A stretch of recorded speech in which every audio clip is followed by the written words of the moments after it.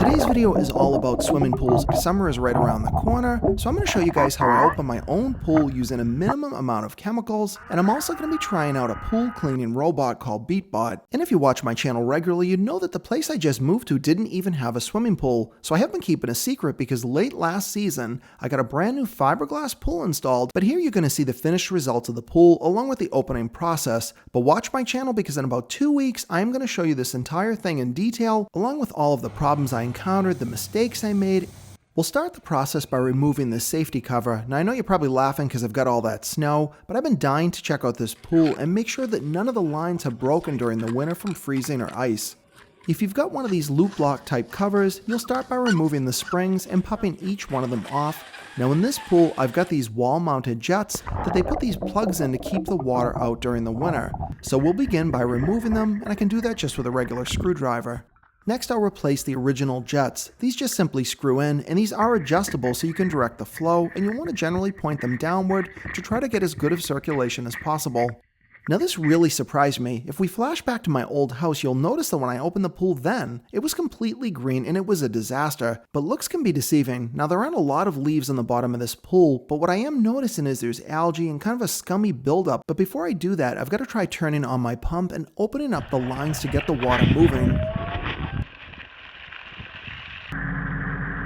And here's the robot I'm going to be using for the pool cleaning. This one is called BeatBot Aquasense Pro, and they offer a couple of different versions. They've got a Pro and a regular. Now this Pro version also can clean the surface of your pool. It can run for over 4 hours on a single battery charge, and you can connect it to an app. Now whether your pool is green with algae or it's kind of milky looking like this, you really want to begin the same at this point. I'd recommend either hand vacuuming your pool, or if you've got a robot like this, you can certainly toss it in and let it try to do the job. Now using a robot to open your pool is different than using one every week. Now it certainly will do the same cleaning, but you're not going to run it for nearly as long. But I do want this thing to scrub the bottom and hopefully stir up all that debris so that the filter can catch it. Now because I'm opening the pool, I don't really have anything on the surface, so I've used the app to connect to the robot, and I programmed it to do a double cleaning on both the floors and the walls.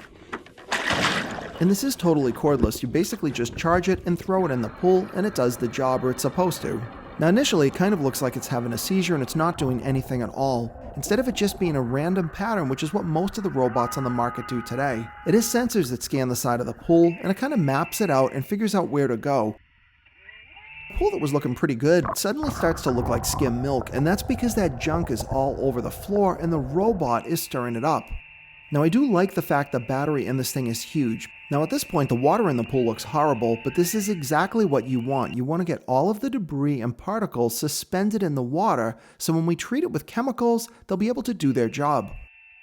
And here's a great shot where you can see the brushes cleaning the walls pretty thoroughly. Now this might not seem like a big deal, but this is one of the robot's best features. When it's done cleaning, it returns right to the surface and it floats. Kind of uses a submarine type approach where it fills with air or pumps water out. It just sits there until you grab it. Most pool robots today sit on the bottom when the battery runs out, and you've got to get your pole and fish them out every time. Inside the robot, like other models, it's got a basket, but this one is different. It's a double basket. It's got a fine mesh and a thinner mesh on the outside. This allows it to grab both big things like leaves and grab some silt and other smaller debris inside the robot. Another feature I like on this one is how you charge it. The old robot I had a plug-in type of AC cord, and it really was a pain in the butt, especially when it was covered with water.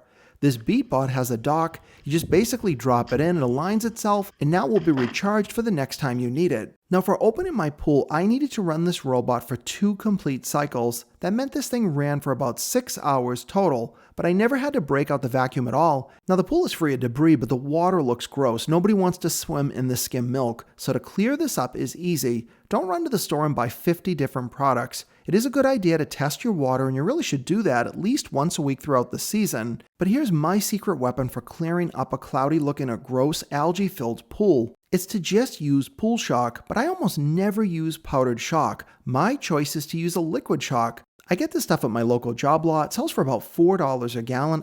This pool is only about 10,000 gallons, and I'm going to use just a single bottle of shock. All I've got to do is pour it around the perimeter of the pool. You're going to turn your pool filter to maximum, let your pump run on full. Now you're going to find at the beginning of the season, you will generally need to leave your pool pump on its maximum setting for about 2 to 3 days if you want to completely clear your pool. You want to make sure the pH of your pool is correct and within range. If it's not, you will need to add chemicals to make those adjustments.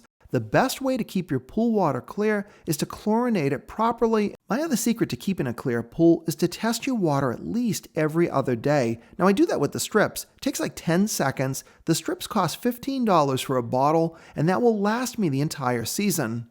I will typically shock my pool about once a week to every 2 weeks. If you've got a much larger pool, you could do it less often. Now I've been running that BeatBot for about 3 weeks. I have never manually cleaned this pool at all. It is completely doing the job for me, and that's exactly what you want a pool robot to do. But if you've got a better idea on how to keep your pool looking great, be sure to leave me a comment below. I'm always looking for better ideas to get this job done. Keep an eye on my channel if you want to see the complete pool installation from beginning to end.